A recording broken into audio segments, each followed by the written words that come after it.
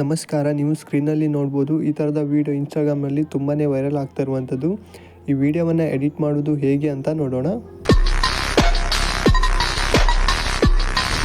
ಮೊದಲು VPN on ಮಾಡಿ, ನಂತರ ಗೂಗಲ್ ಓಪನ್ ಮಾಡಿ, ಸರ್ಚ್ ಬಾರ್ ಮೇಲೆ ಕ್ಲಿಕ್ ಮಾಡಿ, Red Bull gives you wings CapCut template ಅಂತ ಸರ್ಚ್ ಮಾಡಿ.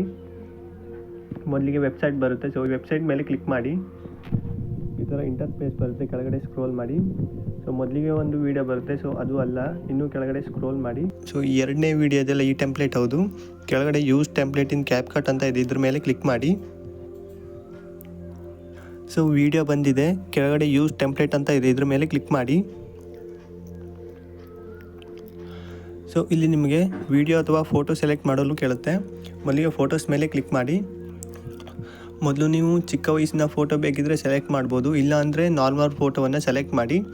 ಮೊದಲಿಗೆ ನಾನು ಒಂದು ಚಿಕ್ಕ ವಯಸ್ಸಿನ ಫೋಟೋವನ್ನು ಸೆಲೆಕ್ಟ್ ಮಾಡ್ತೇನೆ. ನಂತರ ನೀವು ಈಗಿನ ಫೋಟೋವನ್ನು ಸೆಲೆಕ್ಟ್ ಮಾಡಿ. ಸೊ ನಿಮ್ಮ ಹತ್ರ ವೀಡಿಯೋ ಇತ್ತಂದರೆ ಸೊ ನೀವು ವೀಡಿಯೋವನ್ನು ಸೆಲೆಕ್ಟ್ ಮಾಡ್ಬೋದು. ಸೊ ಇಲ್ಲ ಫೋಟೋ ಇದ್ದರೆ ಸೊ ನೀವು ಈಗಿನ ಫೋಟೋವನ್ನು ಸೆಲೆಕ್ಟ್ ಮಾಡಿ.